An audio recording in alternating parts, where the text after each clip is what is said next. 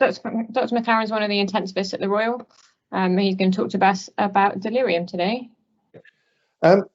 So thanks for the introduction, Zoe. What I'm going to talk about this afternoon is delirium, which is a term which we hear used a lot. Hardly an ICU handover round will take place without someone saying, "Oh, Mrs. S was delirious last night. She pulled out all her lines and her tube, and it turned into a complete disaster. We gave her a load of haloperidol, and it got better." And most of that is not actually delirium. So I thought this afternoon it would be useful to talk about a little bit about what delirium is, some of the effects of delirium, some of the pathophysiology associated with delirium, how it is diagnosed, how it affects ICU outcome and its long-term effects, and how we may treat it potentially, or how we may, more importantly, prevent it. Delirium as a concept in intensive care has been around for quite a long time, and people used to talk about ICU psychosis. And that is really just one part of the spectrum of delirium in the intensive care unit. It's always useful to start with a definition, particularly for those of you taking exams. And the official definition from the American Psychiatric Association, from their Diagnostic and Statistical Manual of Mental Disorders, the DSM, is that delirium is a disturbance of consciousness with inattention, accompanied by a change in cognition or perceptual disturbance that develops over a short period of time, that is over hours to days, and that can fluctuate over a period of time. So really, what does that mean? Well, in terms of neuropsychiatry, it refers to a disturbed level of consciousness. So a patient may have a reduced ability to focus attention, so they may appear very withdrawn. They certainly may not sustain that attention, and they have difficulty in shifting their attention from one thing to another. They also frequently describe a change in cognition, but also the development of perceptual disturbances and hallucinations. And these hallucinations, when you talk to patients who have suffered from delirium, who have insight into the condition, can be incredibly distressing. And patients are often aware that what they perceive is unreal, but they can't really at the time work out what's happening. I'll give you an example. There was an intensivist who spoke at a meeting I was at a few years ago. And he was an intensivist and gastroenterologist. He himself underwent emergency surgery for a bowel condition. And he describes lying in his intensive care bed and then feeling that he was floating above that bed, that he flew through the window and fell several floors to the ground. When he reached the ground, he'd smashed into several thousand pieces, and he had to go around picking up those pieces to try and put himself back together so that he could climb back into his room. So delirium can be extremely frightening for patients, and it's not exactly surprising that they're often agitated and distressed. So there are three real types of delirium that are described that have different sort of motoric features. We classically think of the delirious patient as being hyperactive. They're agitated, they're the ones who might climb out of bed in the middle of the night, that pull their lines out, that try and hit people and are shouting at things that aren't there. In fact, that's a relatively uncommon for hyperactive delirium to exist on its own. And I was very surprised when I went through the literature and found that, in fact, only about 2% of patients in ICU with delirium have pure hyperactive delirium. It is, however, the most easily recognized. A bigger group is those patients who have hypoactive delirium, and that's nearly half of all patients with delirium. They're characterized by being very withdrawn, very lethargic. They may be lying very calmly in bed, not bothering anyone, the sort of ideal ICU patient. They're not pulling at things. They, appear to be comfortable. They appear to be well sedated. But actually, they may be suffering significant distress, which they are unable to vocalize and unable to draw attention to. And they are often, very, very withdrawn. And actually, this is a really important form of delirium because it's often not recognized, and therefore it's undermanaged, but it is associated with a very high degree of morbidity and long-term consequence. By far the biggest group of delirium patients are those that show a mixed hyperactive and hypoactive picture.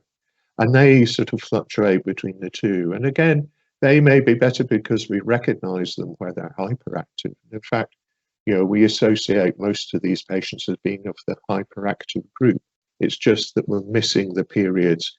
We think they've calmed down and settled down, but in fact, they've moved to a more hypoactive state of their delirium, and it's still causing them damage. The epidemiology of delirium in intensive care patients has been increasingly recognized. 15, 20 years ago, we know a few patients went, a bit mad, had ICU psychosis, but we didn't really recognize the overall prevalence in the intensive care population. And depending on which studies you look at, and depending which sort of mix of ICU patients that you look at, the prevalence has been quoted from anything from about 32% up to about 87% of patients in intensive care. And this is clearly a huge disease burden. Patients who are intubated have much higher levels, up to 77%, and in fact even higher more recently in some of the studies that have come out in COVID patients. And of those patients who are intubated who are suffering from ARDS seem to be at the biggest risk of all of developing delirium. If you're not intubated, you're on an ICU, you're at much lower risk, and about 20%. Delirium is more common in a number of groups. So the older you are, the sicker you are, the more septic or the more encephalopathic you are, the more likely you are to develop delirium. There's a number of different phenotypes of delirium associated with potential trigger factors. So there's a large group that are associated with sedation. And if this is of relatively short duration and reverses rapidly over a matter of hours when sedation is stopped or withheld, it has a relatively good prognosis. However, those where it doesn't reverse rapidly are not associated with a good prognosis. So the actual choice of sedative, which we'll discuss a little bit later on, may have an influence on the development of delirium, and that may influence and probably should influence our choice of sedation. And I think the Journal Club this afternoon, there's going to be some further discussion about that. We'll come back to that shortly. Hypoxia seems to be a major risk factor, and by hypoxia I mean tissue and brain hypoxia, so it will include those patients who are hypotensive and then failing in oxygen delivery to the brain. And that would again fit with those patients and the high incidence of delirium in those patients who suffer from ARDS. I'd be interested, I haven't specifically looked to see what the incidence is in patients undergoing ECMO, but I think colleagues at Glenfield might have some more information in that in the discussion. Septic patients, if you define sepsis as a suspected infection plus 2 SIRS criteria, slight old-fashioned, but that's the definition we're using, again have an increased risk. And also those that have a significant metabolic derangement. So, patients that have significant renal dysfunctions, significant changes, particularly in sodium concentration, either hyponatremia or severe hyponatremia, patients with liver dysfunction with ALTs of greater than 200 and INRs greater than 1.5, and patients who are hypoglycemic, all at significant risk. And there's probably a much larger group who are unclassified, in that you don't find any particular physiological cause that you can attribute their delirium to. So, risk factors for delirium are divided into a number of different areas. So, patient factors, as I've said, that increasing age is associated with the risk of delirium. I don't think that's telling us anything that we didn't actually know. Patients who consume a significant amount of alcohol, patients who smoke or take other drugs may also be more increased risk. In this table, the risks in bold are really the more major risks. So chronic health can have an effect. So patients with a pre-existing diagnosis of dementia are a bigger risk. And actually, it may be found in terms of long-term outcome that those patients, if they do recover from their intensive care stay, frequently their dementia has progressed to a worse level. Chronic disease hypertension, particularly associated with it, as is cardiac disease, and also increasing ASA status. So obviously patients with significant physiological derangement and daily limitation of activity are at increased risk. If you think about the chronic health patients and the patient factors, that pretty much describes a lot of our patient intake, certainly in the infirmary, and probably explains a lot of what we see. In terms of acute factors for development of delirium, coma from whatever cause, whether physical or traumatic brain injury, or drug-induced, or infective in origin, is a very high risk factor. And in fact, those patients who have coma and then develop delirium have a worse outcome than those that don't have coma. Increased Apache 2 score, again reflecting severity of illness. Those patients who undergo emergency surgery, again, they tend to be sicker. They tend to have more comorbidities. Those patients, as I previously described, are mechanically ventilated. Patients who have undergone polytrauma, have severe acidosis, and organ failure, they are at significant risk. There are a number of environmental factors which, if you look at them, and I'll come back to discussing environment a little bit later on, really describe being in ICU and really describe being in bits of our ICU.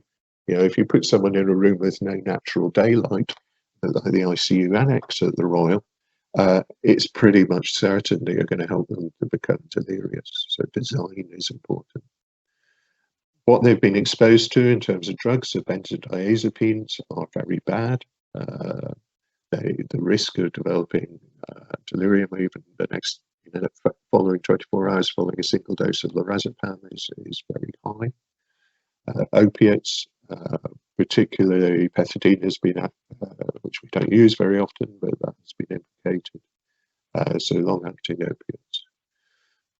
Physical restraint, and that includes things like tying people down with epidurals and catheters and arterial lines, has been associated with delirium.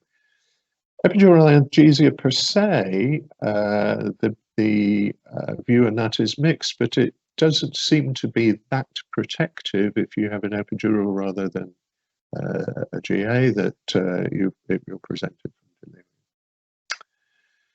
Patients being isolated, not having normal food, no normal interactions, those are all things we do to patients on a regular basis, and we make them ill.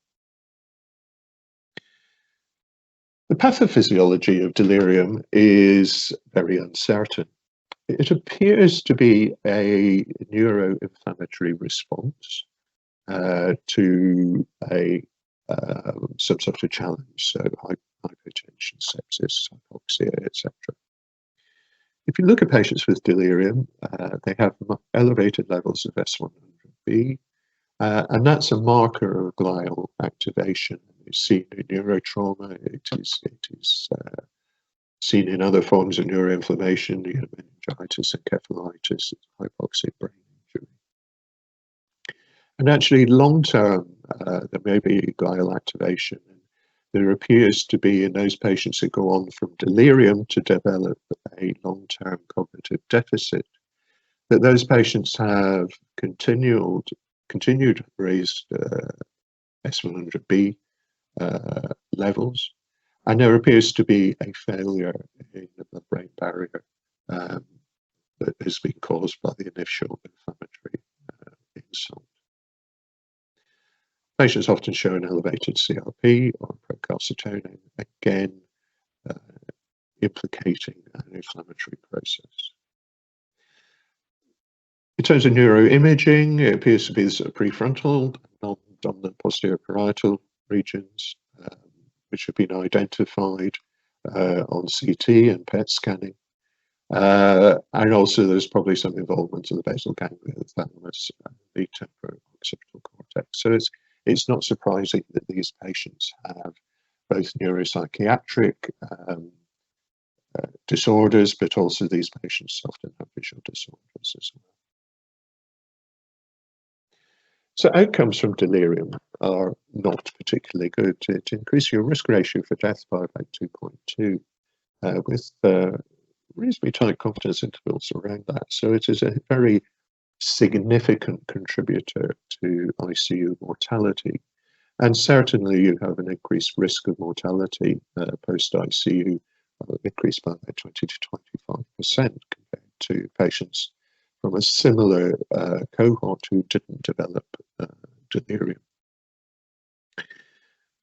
Of very big significance both to ICU survivors and also to their families is the development of long-term cognitive dysfunction. And as I've indicated previously, this is probably due to long-term glial activation and long-term cortical damage. It's been estimated in the States that the annual cost of delirium a few years ago was anywhere between $4 and $60 billion. So you can see that this is a very significant health economic issue as well as a quality of care outcome issue. These figures just show a study that was done in about over 400 patients, I think, in the States some years ago, and it shows Kaplan-Meier survival curves for patients who had no delirium, never delirium as they put them there, compared to those patients who at some point in their ICU stay developed delirium. And you can see that 6 months on, there's that significant difference between survival in the two groups. The second part of the chart shows that those patients who had coma-associated delirium did significantly worse than those that didn't. So that's worth remembering. In terms of long-term cognitive dysfunction, about 25% of ICU survivors will have cognitive impairment at 1 year. That is quite frightening statistic, really, if you think how many patients we think we have been successful in treating. And those of you who see patients in ICU follow-up clinics will have a better appreciation of this. So not every patient who we make better, so to speak, actually has a great quality of life afterwards. And the post-ICU syndrome, which can incorporate both physical and psychological, psychiatric morbidity after ICU, can have a very significant effect on these patients' social functioning, but also very significant effects on their families who have to adapt, often with a lack of support, to helping these patients return home. And in terms of developmental long-term cognitive dysfunction, delirium seems to be the most important risk factor. And those patients that I suggested, that ARDS survivors, were particularly at risk of this. And indeed, what we actually give patients in terms of sedation and analgesia while they're on the unit doesn't seem to predict the long-term effects of cognitive dysfunction. So it may have some short-term effects on delirium, particularly rapidly reversible delirium, but it doesn't seem to have, no one's managed to tie any particular sedative regime to looking at long-term cognitive effects. So how do we diagnose delirium? Because obviously if we're going to either try and prevent it, or if we're going to try and treat it, we need to diagnose it. And as I said, you know, a very significant number of patients will have hypoactive delirium, and therefore those are the ones that we miss. So the problem of delirium is much bigger than most of us actually appreciate on our daily rounds. Ideally, patients should be screened daily, or ideally more frequently than that. And there's an argument for screening every patient during every nursing shift, caregiver shift at the bedside. There are a number of screening techniques used. The one which is most appropriate and seems to be most effective is the CAM-ICU, the Confusion Assessment Method for the ICU. And we'll come to the detail of that in a few moments. That can be done by staff who don't have any formal psychiatric training. It is very reproducible at the bedside. There is also, you can use an intensive care delirium screening checklist, but in practice, the CAM-ICU is probably the one to go for. So the CAM-ICU has a number of studies have shown that it is extremely sensitive at detected delirium and highly specific. It's also been validated for use in non-verbal patients, so that those patients who are intubated and can't interact, you can apply it to them as long as you can get them to respond by hand squeezing. And it ideally, as I said, should be used daily or more frequently. So here is the CAM-ICU. Many of you will be familiar with this. And it works in a number of stages. So there is an initial sort of screening stage. You know, does the patient have an acute change from mental status baseline? Okay, so you need to know what they were like before they came into the unit. Or has their mental status fluctuated in the past 24 hours? And if that's not the case, then they have no delirium, and you stop at that point. You then want to test for inattention, and we normally do that. Again, you have to have a patient who is responsive. So you get the patient to squeeze your hand every time you say the letter A in a number of phrases. So, you know, say the heart, or Casablanca, etc. And you're allowed to make a couple of errors, but if you're making more than 2 errors in that, you move on to the next stage. Look at their RASS level. If their RASS is anything other than 0, they're CAM-ICU positive, so they have delirium. If their RASS is 0, then you can ask them a number of questions. You know, does the stone float in water? Is it fish in the sea? Etc. You can get them to hold up fingers and take fingers away from them you're holding up. So you're really looking at their attention and their ability to process information. And if they make more than one error in that, you can assume that they have delirium. So this is a relatively rapid test to do. I'm going to give you an idea of a resource at the end. So if you want to know how to do it, you haven't seen it done, there are some very good videos illustrating the process.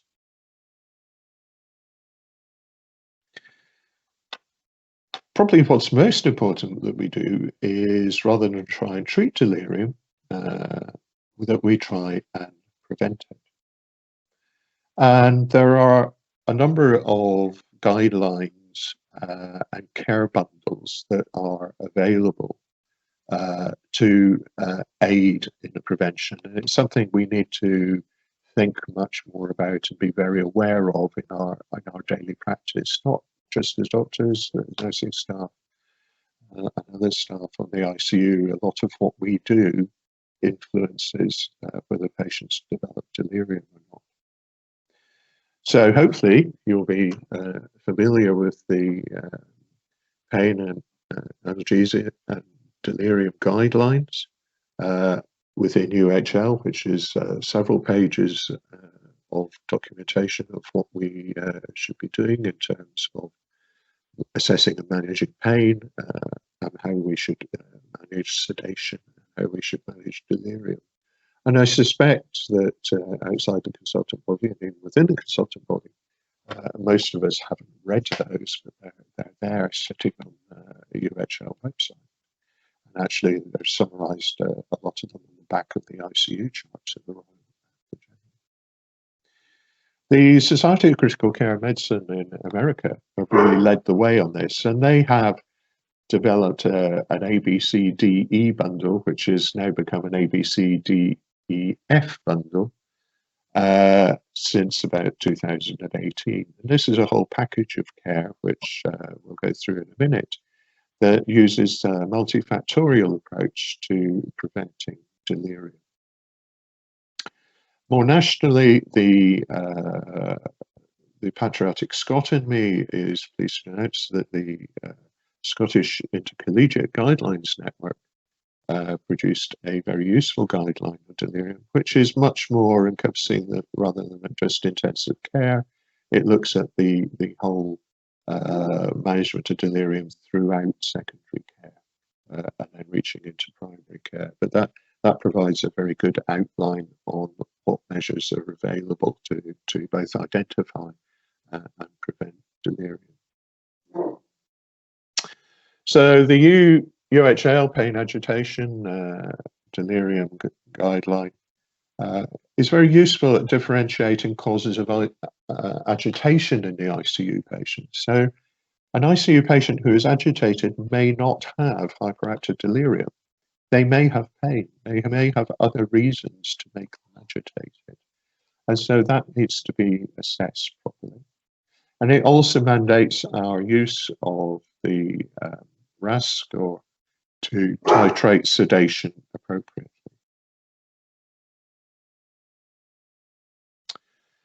So here is taken from the back of an ICU chart in UHL, and I suspect most of us never knew it was there. And it looks at a delirium care bundle. And the particular care bundle it looks at is applicable to patients both within and outside ICU. So it looks at things like AMT4 and uses that as an confusion assessment method, and uses that to feed into thinking about delirium and thinking about possible causes of delirium that are listed there. It doesn't show up particularly well on the slide, but if you go into the unit and have a look at the back of one of the charts, it's all there. As I say, we very rarely turn the charts over. In terms of RAS scoring, we routinely record RAS scores at the top of the ICU chart. Again, probably worth remembering what they mean. They range from +4, where you've got a very agitated, combative patient, down to a patient who on -5 is completely unrousable. and obviously that is not a desirable place to be. And we should be aiming really all the time. We're trying to aim to get to patients at a RAS of 0, but of course that may be difficult given whatever is going on in terms of their pathophysiology at the time. During COVID, very difficult to have ventilated patients who are at RAS 0. So the ABCDEF approach from the SCCM really builds on the pain, agitation, and delirium guidelines. And it looks at a number of things. So first of all, assessing and treating a patient's pain. There's a number of monitoring tools you can use. That the critical care pain observation tool is one that is endorsed in UHL. For more awake communicative patients, things like visual analog scoring, expressing levels of pain as a score. And that allows us to titrate analgesia appropriately. And actually, if we titrate analgesia appropriately, a lot of agitation goes away. Something that we've been doing for a long time in the UK, and it's taken much longer to be recognised in the States, are things like awakening trials, so daily sedation holds, and breathing trials, spontaneous breathing trials, to try and shorten duration of invasive ventilation and try and have patients at a more optimum level of sedation. We need to think about coordinating patients' care. So actually, that's about leaving patients alone for as much as possible. So things like night bundles and things, are not waking patients inappropriately to do blood gases or take non-invasive blood pressures, that sort of thing during the night if they don't need it. And we need to think about choice of sedatives. So what are we going to use to sedate these patients? As I say, we want to address analgesia, and we want to achieve adequate analgesia with a minimal dose of drug involved. And it probably doesn't matter too much what you use in terms of analgesia, in terms of its long-term effect, except that continuous infusions of drugs, long-acting drugs like morphine, may lead to more sedation for longer, and that per se is probably worse for those patients. What is very clear is that for most of the time we should be trying to avoid benzodiazepines in at-risk patients as much as possible, and certainly giving patients benzodiazepines if they're agitated, although rarely it has been necessary to achieve safety. It actually can lead to a worsening of the situation over a period of days. And in that case, the use of benzodiazepines in alcohol withdrawal may in itself be harmful, in that you're combining two risks for delirium, both alcohol use, but then compounding it by using benzodiazepines. So you have to think very carefully about how much you're using. There's been a lot of interest over the last few years on the use of alpha-2 agonists as sedatives. And I'm not going to steal the thunder of Dr. Morris and the others speaking at Journal Club this afternoon, but a study that rose a lot of interest in that was the SPICE-3 study, which was an Australian New Zealand Intensive Care Society sponsored study into sedation in intensive care patients, recruited a significant number of patients, about 4,000 patients back in 2019. And there was a signal there that alpha-2 agonists, they use dexmedetomidine, may be beneficial in terms of delirium. And then everyone was waiting for the outcome of the MENDS-2 study, which is the other paper being discussed this afternoon. And I'll leave the conclusions on that until the Journal Club. We use haloperidol for treatment of or management of the patient with agitated delirium quite often. But there's never been any evidence that haloperidol actually has any effect in terms of preventing delirium. Although in the agitated patients, it's probably a safer drug to use than benzodiazepine. In these patients, major tranquilizers like olanzapine may actually be useful. So they exist in our guidelines. There's quite a lot of enthusiasm for using melatonin to try and get patients back into a normal sleep-wake cycle. Again, that may be beneficial, but the hard evidence for its use, like many other things in delirium, is not really there. So going back to, we looked at choice of sedatives, and we can think about how do we reduce delirium. Well, you can think about drug removal. These patients normally taking alcohol. These patients normally are taking nicotine. Are we replacing nicotine replacement therapy? We have to think about drug withdrawal syndromes. Do we have to think about other medication they may be on? Anticholinergics particularly seem to provoke delirium in an elderly population. But very important is the environment. Noise, lack of sleep, all go with delirium. And of course, we all know you walk onto the ICU in the middle of the night, it's like daytime a lot of the time. There's a lot of noise, bins banging, monitors bleeping. It all deprives patients of sleep. But other simple things we can do are use, make sure that patients can see. If a patient has glasses, find their glasses and put their glasses on, and then they can see what's around them. If you're just looking at a mist and hearing a lot of noise and painful things keep happening to you, it's not surprising you develop delirium. Similarly, hearing aids are very important.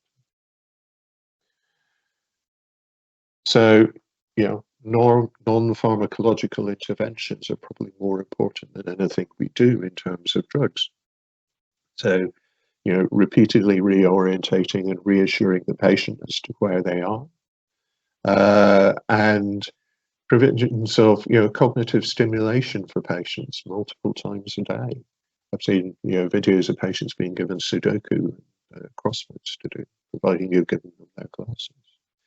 Non-pharmacological sleep protocols, so actually trying to get a day-night rhythm set up, trying to create a quiet, dark environment at night. Very difficult given the physical layout of our units at the moment. Not tying patients down, so taking things like the catheters out, and arterial lines out, and things when they no longer need them, so that they can be mobilized effectively. Obviously, as I said, giving them vision back, giving them their hearing back, and also some basic care, so dehydration, etc. Environment is really important. Some of you will recognize this as the wall in the pediatric recovery at the Royal. But this is what patients with COVID saw, or some of our patients with COVID saw as they were waking up. They were seeing little monsters with one eye and space rockets flying through the air.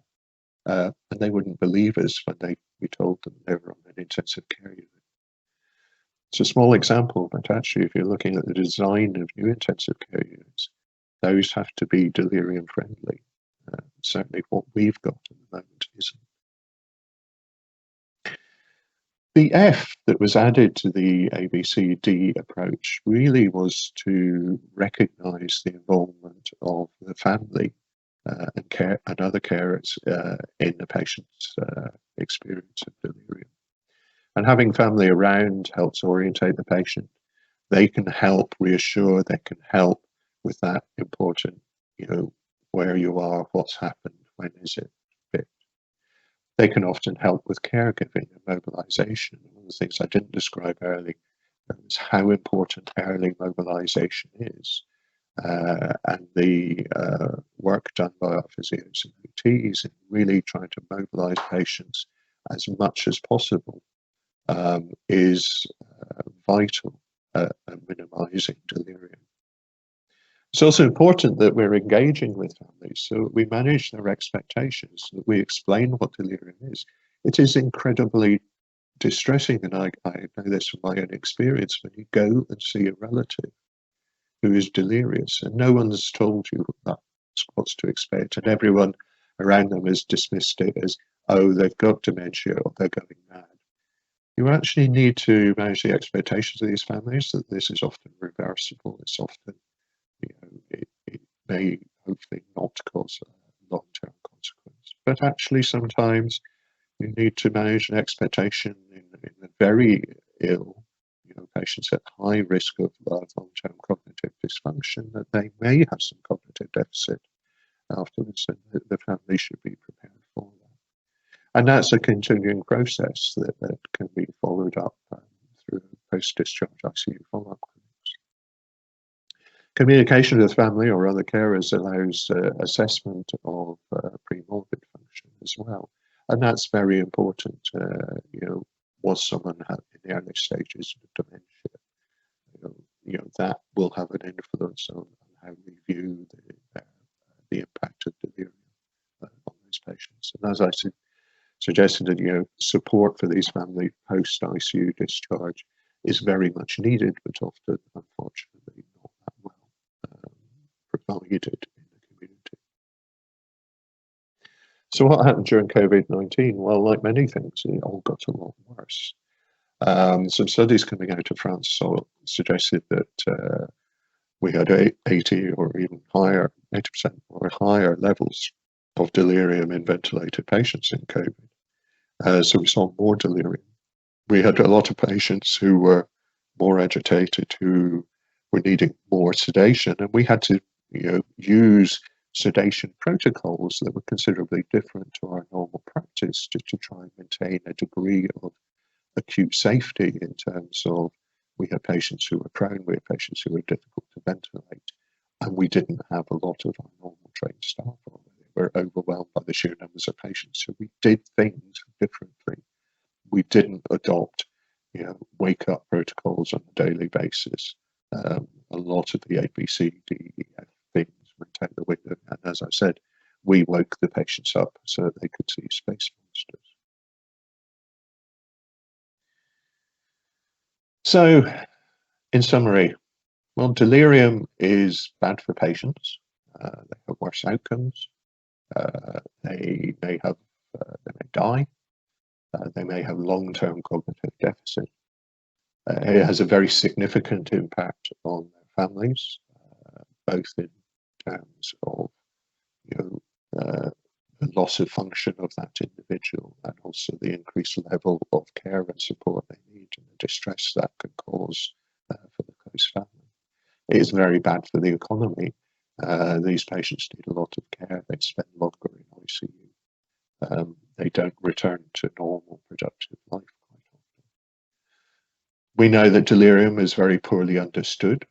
We know it's multifactorial. Because it's poorly understood and multifactorial, it's quite difficult to know what to do about it. There is certainly no magic bullet in terms of treatment, much as we see with other intensive care, things like sepsis, which have perhaps had a greater profile in the past.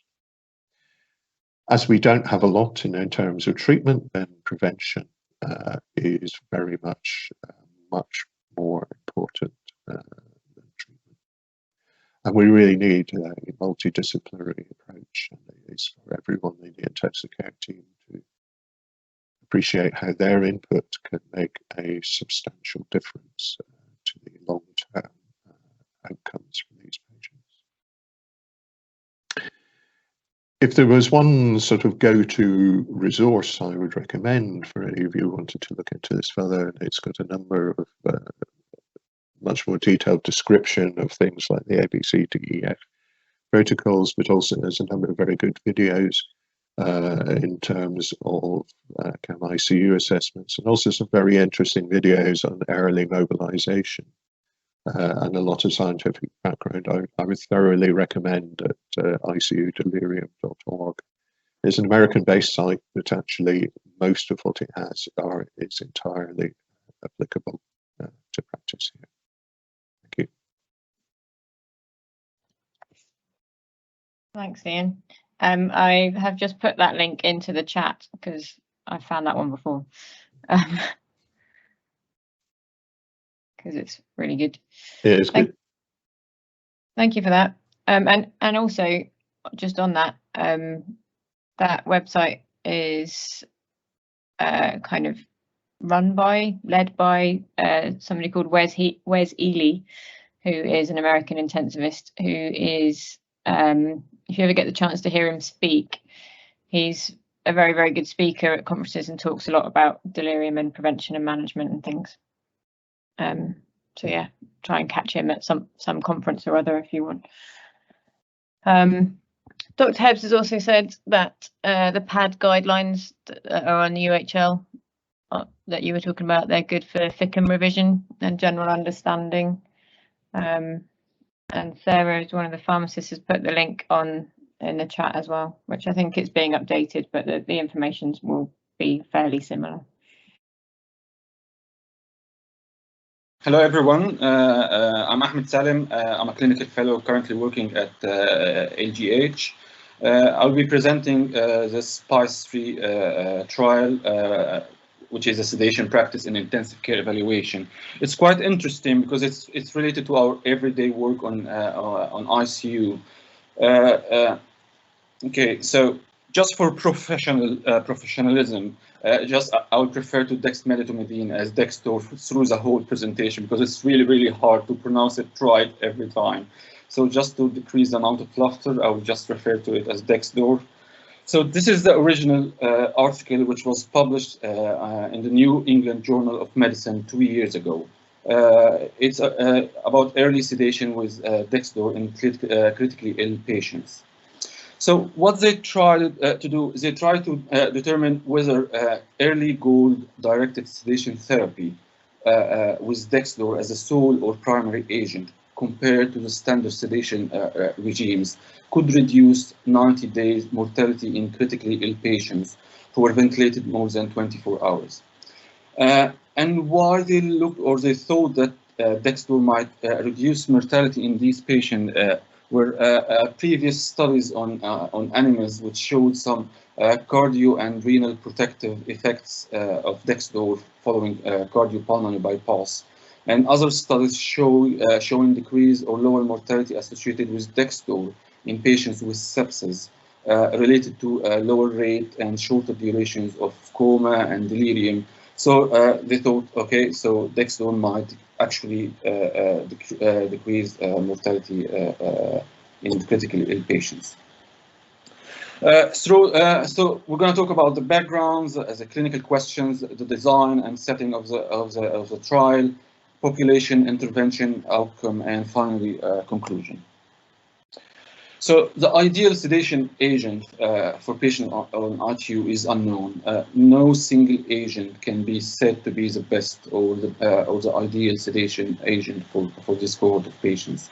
It's always a balance of safety and harm when it comes to priority in ITU. And we've been using several options for sedation over the years, including opioids, benzodiazepines, propofol, and centrally acting alpha-2 agonists like clonidine and Dexdor. So Dexdor induces sedation while preserving a degree of rousability in patients on ITU, and its use as a sole or primary sedative agents in these patients under mechanical ventilation has not been extensively studied before the SPICE-3. Previous studies examining Dexdor suggested shorter times to extubation, more days without coma or delirium.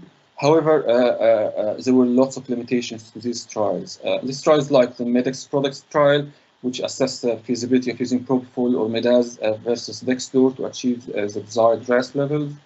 The Scrobix trial, assessing low-dose nocturnal Dex, can actually show decreased incidence of delirium, and the Dahlia trial, which use DEX in delirious patients in order to wean them early from mechanical ventilation.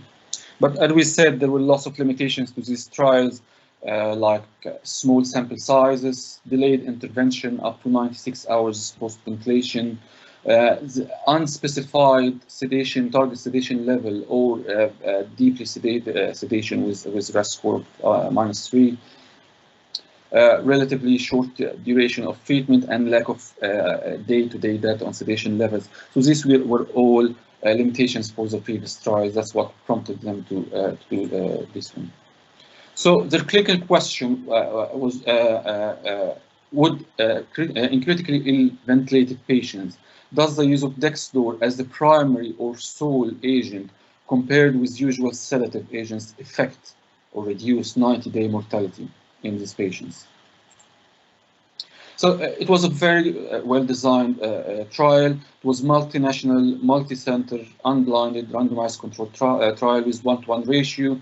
Allocation concealment achieved with computerized randomization program, and randomization was stratified according to site and presence or absence of sepsis. With 90% power to detect 4.5% difference in mortality within the 4,000 patients that were randomized. And this is actually a very interesting point, because they expected to find 4.5% difference in mortality based solely on the use of Dexdor as a primary agent, which I think was too much to look up to. Design and setting. So it started in November 2013 till February 2018. As we said, it was multinational, multi-center. 74 ICUs participated in 8 different countries: Australia, New Zealand, Ireland, Italy, Malaysia, Saudi Arabia, Switzerland, and UK. With 6 subgroups pre-specified according to age, Apache 2 score, geographic region, PO2 to FI2 ratio, if sepsis was suspected or proved, and the admission type, whether it was surgical or non-surgical admission. Inclusion criteria include ITU patients receiving mechanical ventilation via an endotracheal tube for less than 12 hours before randomization. Expected to continue at least beyond next calendar day. So since randomization, they are expected to remain ventilated for at least 24 hours more. They should be receiving sedatives for safety and comfort. They excluded everyone who is under 18, everyone with primary brain injury or ITU admission due to drug overdose or burn. So eventually 4,000 patients were randomized from almost 30,000 patients screened. 2001 in the Dexdor group and 1999 in the usual group, so almost identical numbers in both groups. 96 patients were excluded, either withdrew consent or lost during the follow-up, so leaving 1948 in the Dexdor, 1956 in the usual care group. Again, very, very close numbers. The baseline demographics characteristics were well matched, very much well matched before group, and as we're going to see in the next slide, demographics were almost identical. So I don't know if you can clearly see that or not, but through all the demographics, they're almost very, very similar number, except maybe for the weight. Only for the weight, which shows slightly less weight in the Dexdor group compared to the usual group. Other than that, it was very much similar numbers. Analysis was modified, intention to treat, and the primary outcome, as we said, was to assess 90-day mortality. So the intervention, what they've done is that, so the Dexdor group, the sedation goal for both groups was a RASS score of -2 to +1. -2 is light sedation, and +1 is restless, and it was assessed at least every 4 hours. RASS score, as everyone knows, and as Dr. McLaren said, is the Richmond Agitation and Sedation Scale. It's between -5 for deep sedation and +4 for severe agitation. Dexdor was given by continuous intravenous infusion without any loading dose, starting at 1 microgram per kg per hour and up to 1.5 microgram per kg per hour. And because previous data showed that Dexdor as a sole agent might not achieve the target sedation in all patients, so they allowed the use of propofol at the lowest possible dose when the maximum dose of Dexdor was insufficient. Eventually, 64% of patients received propofol, with a median daily dose around 9.5 milligram per kg. And this is almost half the dose, the normal dose used in the propofol group. 3% received midazolam and 7% received both. So in total, around 75% of patients on the Dexdor group required additional sedatives. In the control group, patients were given propofol, midazolam, or other sedatives as prescribed by the treating team, so it was left for the treating team to decide. Dexdor was discouraged, but could be used as a rescue therapy if all other agents were ineffective. Eventually, it had to be used in 11.5% of patients on this group. Agitation delirium could be managed with antipsychotics like haloperidol and quetiapine. Median daily dose of propofol was around 18 milligram per kg, which we said almost double the number, double the amount used on the Dexdor group. In both groups, intravenous clonidine and remifentanil were prohibited, and other opioids and analgesics were allowed at the discretion of IQT. Fentanyl was the most common opioid used, with 78.5, so again, almost identical number, around 80% used in both the Dexdor group and the usual care group. 80% of patients required fentanyl in both. And the treatments, as I said, were open-labeled. The trial outcomes. So the primary outcomes show absolutely no significant difference in the primary outcome, which is 19-day mortality within both groups. Actually, they showed identical percentage at 29.1% in both groups related to 90-day mortality. They measured secondary outcomes in both groups, like the death at 180 days. Again, almost identical numbers, 31%, 31.5 in Dexdor versus 31.3. They measured institutional dependency at 180 days, which means like transfer to a full nursing home or a rehabilitation center. Again, very close numbers, 6.7% in the Dexdor group versus 7% in the usual group. They assessed cognitive decline using the informant questionnaire on cognitive decline in the elderly, which scores ranging from 1 to 5, with higher values indicating worse cognitive function. Again, very similar numbers as 3.1 in the Dexdor group, 3.0 at the normal group.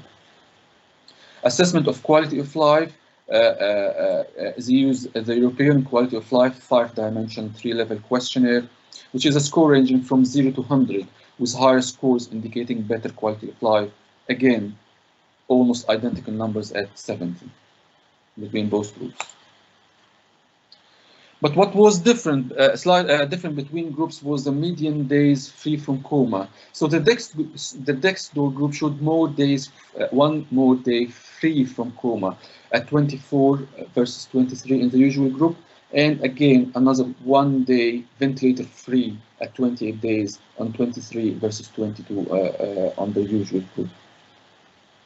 So as we can see here, the trial outcomes, the primary outcome was exactly the same percent at 29.1, and again for the secondary outcomes, but it did show 1 day difference in a day-free coma on the Dexdor group, and 1 day ventilator-free, extra a day free on the Dexdor group. When it came to adverse outcome, the Dexdor group showed much more significant bradycardia, 5% versus 0.5% in the usual group, and again hypotension. So bradycardia and hypotension was more markedly severe on the Dexdor group compared with the usual group. But again, regarding the hypotension, the trial did not examine the differences in the vasopressor used between groups. Again, as we all know, these are quite sick patients with sepsis or post-operative or whatever. They are ITU critically ill patients. So we can imagine that lots of these patients are already on vasopressor support. And what this trial lacked is to assess how much vasopressor support or what they were doing as regard of hypertension in this cohort of patients. Asystole was found to happen in 14 patients in the Dextor group compared to only 2 patients on the usual group. 7 patients needed cardiac massage in the Dextor group. So, conclusion of the trial is that the use of dexmedetomidine as a primary or sole sedative in ventilated ICU patients did not reduce the 90-day mortality.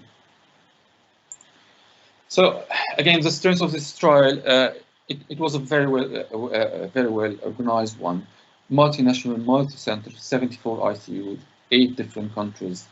The authors have posed a very important question regarding the possibility of usage of Dextor as the primary or sole sedative agent on ventilated critical ICU patient, which has been poorly studied previously before SPICE-3. The secondary outcomes, such as ventilator-free days and delirium, were examined, and the trial carefully examined adverse effects of Dextor and highlighted them, which were increased incidence of bradycardia, hypotension, and possibly asystole as well. So these were all strengths of the trial. But it also got some weaknesses. Medications were unblinded, so it might have allowed bias of some sort. And as I've read, and as I said earlier, it was very curious about the primary outcome. Is that proposing that just by using Dextor as a sole or primary sedative agent would reduce mortality risk in this cohort of patients, particularly patients, by 4.5 or 4.4%. I think that was really unrealistic to think that Dextor can do that. Again, they did not assess in detail other aspects of RTUK, like vasopressor use, renal replacement therapy, and administration of fluid, which are all co-founders in the outcome eventually. So that was not assessed. 11.5 patients in the usual group received Dextor, which might have in some way diluted the final result. The adverse events were reported independently by the site investigator, so there was no systemic it was not collected systemically by the trial. And one very important issue that has not been looked at was the economic impact of using Dextor. So at the time of the trial, especially at the time of the trial, Dextor was much more expensive than propofol or MENDS or any other sedatives. So this is economic impact is a very important consideration for IT resources. And as I remember,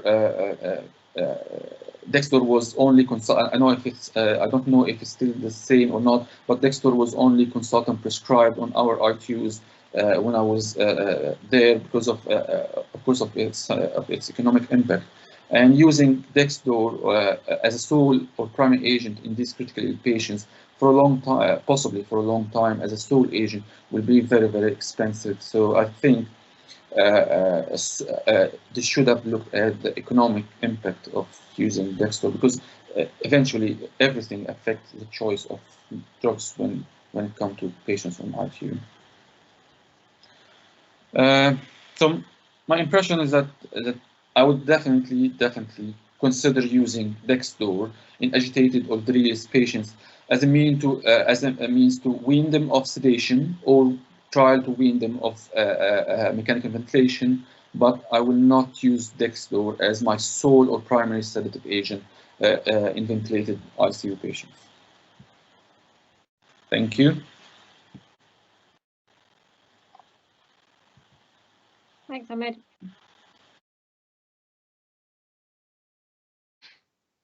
Yeah, Ahmed, very good choice of slide theme there. The matching slide theme was a total coincidence, but I approve. So I'll talk through the MENDS 2 trial, which is the novel paper, which is dexmedetomidine or propofol for sedation in mechanically ventilated adults with sepsis. This was another New England Journal of Medicine article this year. So a lot of the background has already been covered by Ahmed and Dr. McLaren.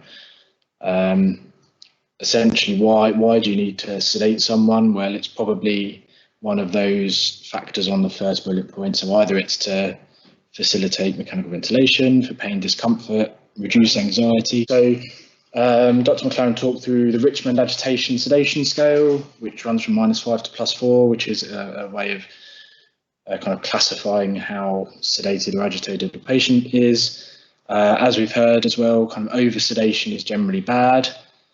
And the background, again, most of these, the MENDS 1, MIDEX and PRODEX, Ahmed touched on the MIDEX and PRODEX trial, so the parallel arm study comparing midazolam and Dextor and propofol and Dextor. The MENDS 1 trial, which compared Dextor with benzodiazepine, I think it was lorazepam, and the SPICE-3 trial, which we've just heard about. So the two agents used in this trial were propofol and Dextor. So just obviously a bit of pharmacology, primary style. So propofol is a phenolic derivative. It's highly lipid soluble. It's a common induction agent and maintenance agent. It's highly protein bound. It attaches to the GABA-A beta subunit and the glycine receptor. It has significant cardiovascular and respiratory effects. There's a caloric load associated with its use. One of the drawbacks of high dose long-term usage is this propofol related infusion syndrome, which is quite rare but presents as kind of metabolic acidosis, rhabdomyolysis, bradycardia, and ultimately death. And on the ICU, we generally use the described range there for sedation.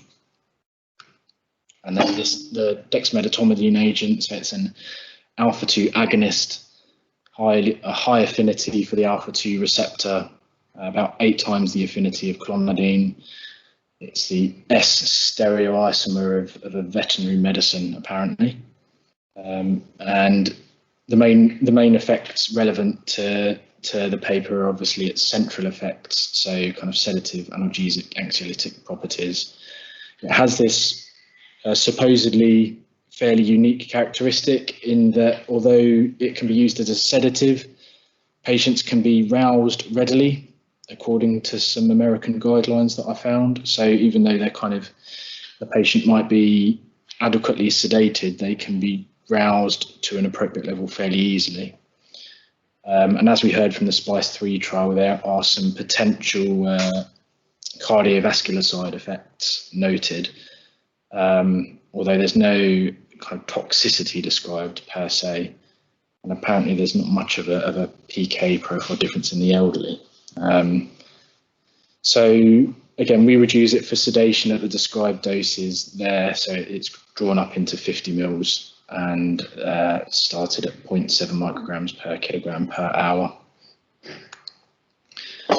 So is there equipoise for comparing the two sedation approaches? So in the paper, they state that sedative medications are frequently used for patient comfort and safety, but may potentiate acute brain injury dysfunction and long-term cognitive impairment, which, as Dr. McLaren said, that's fairly evidence-based, so justifying the rationale for this paper.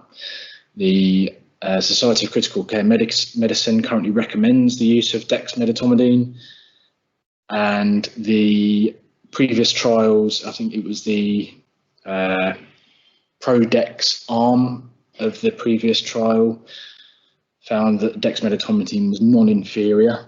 But as Ahmed mentioned with SPICE-3, there's a potential safety signal regarding the cardiovascular side effects.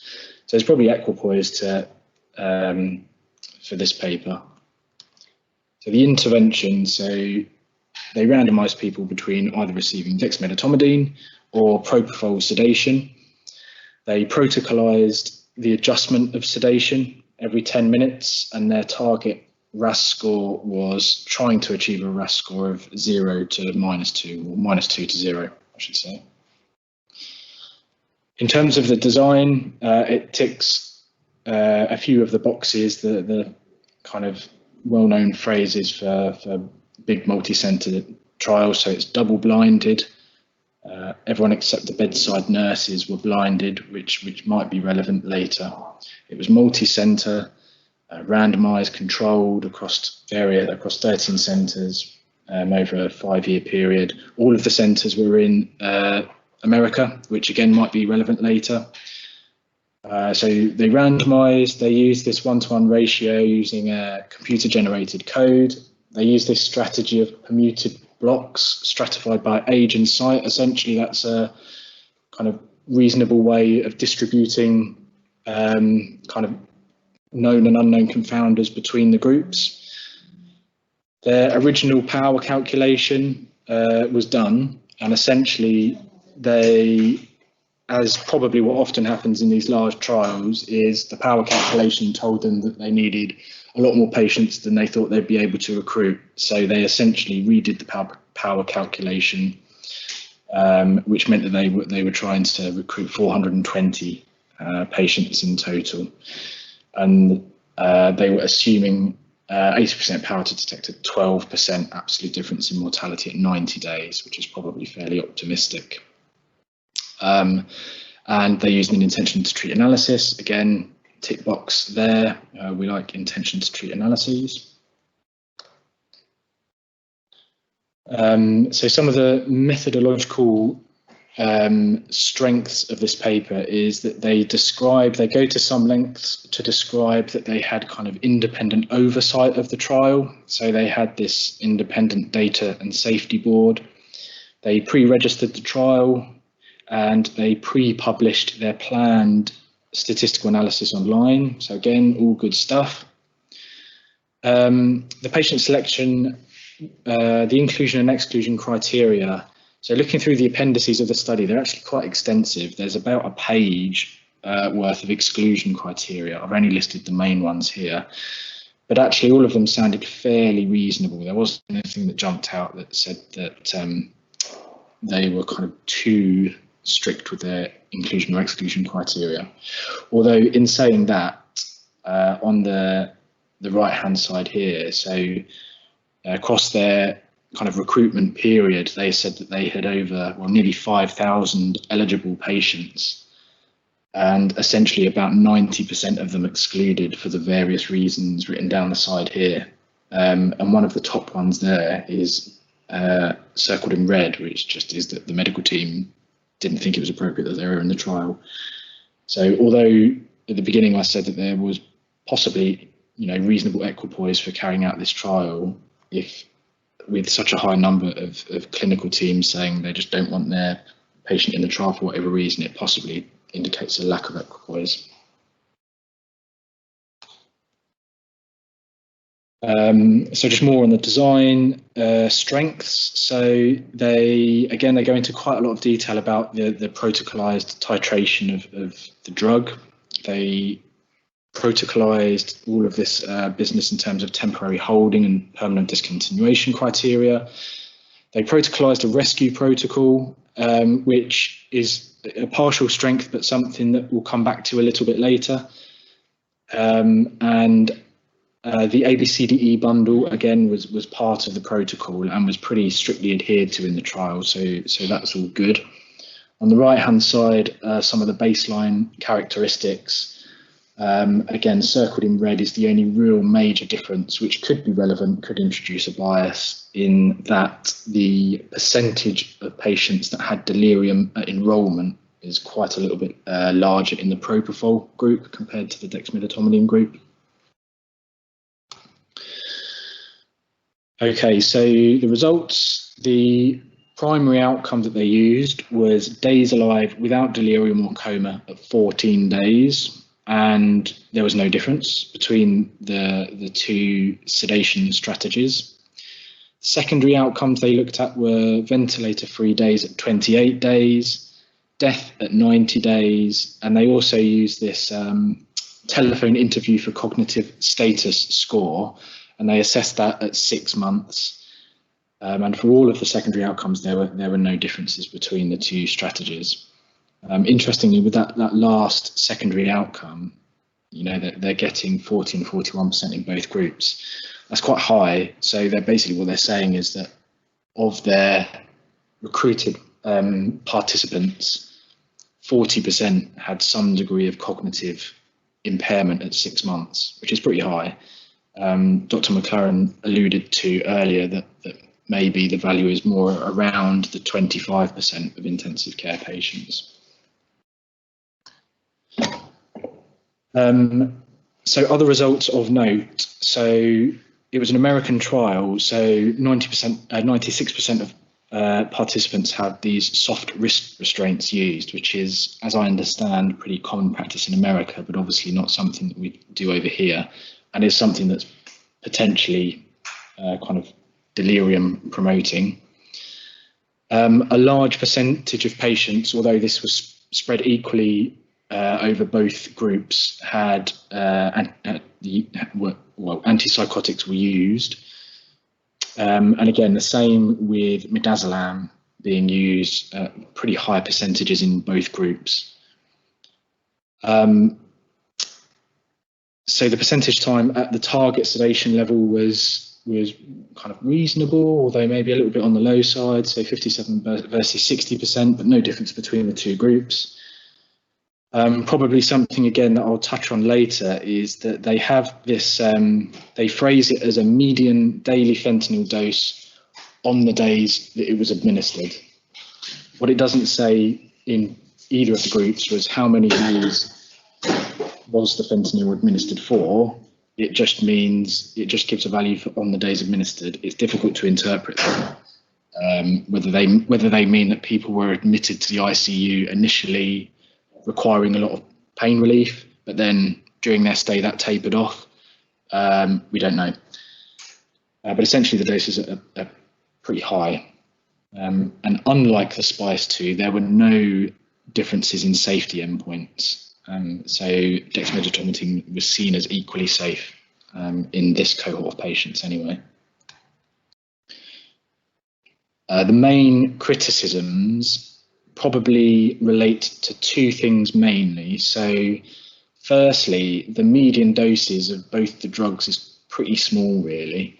So dexmedetomidine, the median dose was 0.27 micrograms per kilogram per hour. So in an 80 kilogram patient, that's an infusion running at about 2.7 mils an hour. And obviously the starting dose that we would use here is slightly higher. And with propofol, again, it's similar. So equating to about 4.8 mils an hour in an 80 kilogram patient, which I'm reliably informed is a whiff of propofol. And probably as a result of this is the second main criticism is that they had to use loads of rescue sedation. So as we mentioned, midazolam, antipsychotics, fentanyl, the fentanyl doses were pretty big. Again, this weird outcome where it just states on the days administered. But you've got morphine dose equivalents in the Dexdor group of 136 milligrams a day of morphine, which is pretty similar to what they were required in the propofol group as well. So huge amounts of opiates. And what that basically suggests is, I mean, is this now a true head-to-head trial comparing dexmedetomidine and propofol, or has any effect been diluted by the frequent use of other drugs? On the right-hand side is the rescue protocol. Basically, the end point of anything happening to any patients in the trial was to give them fentanyl, as far as I can tell from that. So the strengths and weaknesses are just kind of summarised here. So the strengths are, it was a well-designed randomised controlled trial. They pre-published their analysis and protocol. There's probably equipoise for studying the comparison between the two. It was well protocolized and there was good adherence to all of the protocols that they used in the study. I've said it was well matched, although with the caveat that obviously baseline delirium was slightly different between the groups. They used an intention to treat analysis. The outcomes, their primary outcome was probably kind of appropriate. Their primary outcome wasn't something like mortality. And they had pretty good follow-up. So where we mentioned earlier that there was a high degree of cognitive impairment at the 6-month mark, they managed to actually measure that in 90% of their patients, which is pretty good follow-up. Some of the weaknesses are that the bedside nurses weren't blinded, although everyone else was. It maybe makes you wonder that, you know, the bedside nurses know what they're administering. They know they're in a head-to-head trial, and they're really, really keen to try and minimise kind of sedative infusions to achieve their target RAS scores. So was this a bit of the Hawthorne effect, resulting in very low doses of both drugs being given? As I mentioned, there's more delirium at baseline in the propofol group. They had very slow enrolment, so going back to that power calculation, they essentially had to adjust their power calculations until they found a recruitment target that they liked. 90% of eligible patients were excluded for various reasons. There was low doses of the trial drugs and multiple other agents used. Unmasking of the trial drug and the propofol group occurred at reasonably high amounts, so 14%, although the effect was similar in both groups. And again, as I touched on earlier, there was a high degree of cognitive impairment at the 6-month mark in both groups, and whether that's kind of truly representative of wider ICU populations. So is this practice changing? So essentially this is a comparison of low-dose Dextor versus low-dose propofol in a heterogeneous population. So it's probably unsurprising that they didn't find any difference. And I'm no clearer than before reading the trial, to be honest. And a flip way of kind of asking the question clinically is, you know, I would be maybe interested to see, I have a patient that I've identified that is particularly high risk of developing delirium. What is the best sedation strategy in those patients?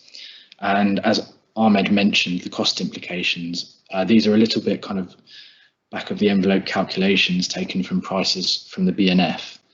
But basically, it seems to work out that propofol is pretty cheap per milliliter infused, and Dextor is pretty expensive per mil infused. Those prices aren't probably exactly correct, but they're based on the prices that are available in the BNF, as I say. That's it. Thank you. Thank you, Tom. So do you think that this trial is applicable to our patients?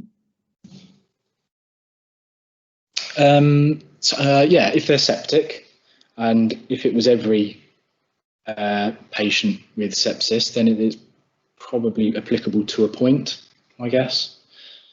But the system in which they are septic is slightly different. So obviously it was an American trial, and they have this kind of division between medical and surgical ICUs, and nursing ratios are slightly different. So yeah, in other respects, it's probably not exactly as applicable. Yeah, true. They do things a bit differently, don't they? And we pretty rarely use single agent sedation, which is probably why they needed so much rescue compared to what we would do, I would have thought. I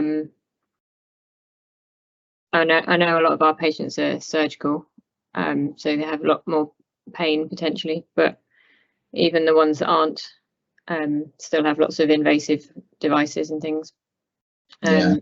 So we usually have some sort of opioid. Fentanyl is not something we use. And I don't think there's anywhere around the region, unless anybody can correct me, that does use fentanyl.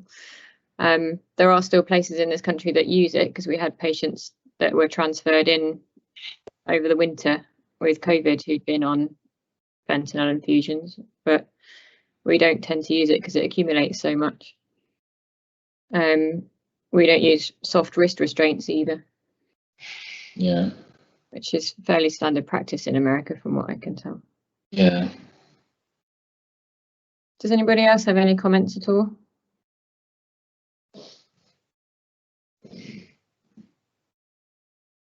Ian? Yeah, thanks, thanks, Ahmed, and thanks, Tom, for 2 excellent presentations. I think the MENDS trial was really disappointing. There was a lot of hope held out that this would help answer the question about, you know, alpha-2 agonists beneficial, and do they help prevent delirium? Do they improve outcomes? And the MENDS trial, see, looking at it, it took them 5 years to recruit only 400 patients. And 90%, as Tom said, 90% of the patients they screened, they excluded for one reason or another, often due to clinician lack of equipoise. So, and then didn't use a regime that was really translatable into real life. So it was a lot of effort for a trial which everyone was hoping was going to produce an answer that didn't really produce one. And the SPICE-3 trial, I remember when it was presented, the investigators, it was a very well constructed trial, as the ANZIX trials often have been, that had a lot of participants at a very high recruitment rate. But they had this signal that dexmedetomidine may be beneficial, but they actually stopped the trial relatively early before they had that, because they were using it as a secondary outcome. And that actually came down to financial factors from the company that was supplying the Dextor for the trial. They only supplied them with a limited amount. So it gave a signal to something that might be useful, which we hope would be answered by MENDS, which wasn't. Yeah. It's a bit annoying, really, isn't it? Hopefully, because we're recruiting to A to B, which is clonidine versus propofol versus Dextor, and you can do all of your other normal sedation alongside it. I don't actually know how much further that's got to go. Hopefully, that might be a bit more pragmatic and relevant potentially, and that does come out, but I don't know if Neil's there. It doesn't look like he is. I don't know how much longer that one's got left for recruiting, to be honest.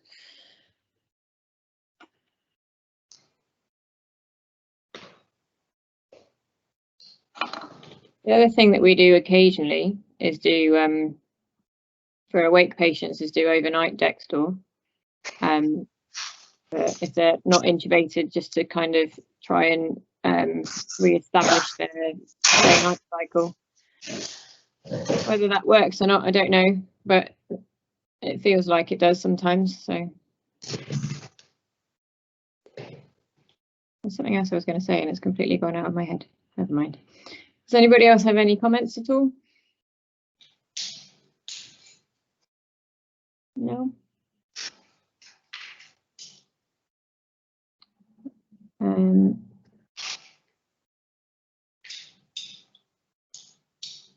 I'll put the link for feedback in the chat. Oh, Hakeem, do you want to talk? Hello, can you hear me? Oh yeah, we can. Oh yeah. Just to add to the Dextor sort of discussions, I mean, in our population, I mean, there's one specific group who it seems to work really well on, and that's the pump heads, that's post-bypass delirium, which is quite problematic actually. The rates are anywhere between 20 and 40%, but we're seeing less and less of it nowadays because we're using less long-acting benzodiazepines pre and post-pump, but it's still an issue, especially as we're pretty much doing patients over 70 and 80. I mean, the first licenses that came in America for Dextor were particularly to that group, and actually we find a subset of patients who do quite well and are able to be extubated, and we continue to run the Dextor post-extubation for a while before sort of gradually tailing it off. Just want to bring that point up. Yeah, that's a population we don't really see, but yeah, we use it. Tend to use Dextor for those that we're not able to extubate straight from propofol or whatever else we've been using. So I suppose it's a similar problem. Please fill in the feedback. It's very useful for ARCPs and appraisals and stuff, and you get a certificate. Next week we've got, just remind myself, Professor Miller is talking about non-technical skills, so that'll be really interesting. He speaks all around the world about that, and obviously he's one of our local surgeons, so hopefully that'll be really interesting and useful. And then Journal Club talking about some clinical papers as well. So thanks Ian, Ahmed and Tom for talking. Very interesting and relevant presentations. So thanks a lot. And I hope everybody has a lovely weekend.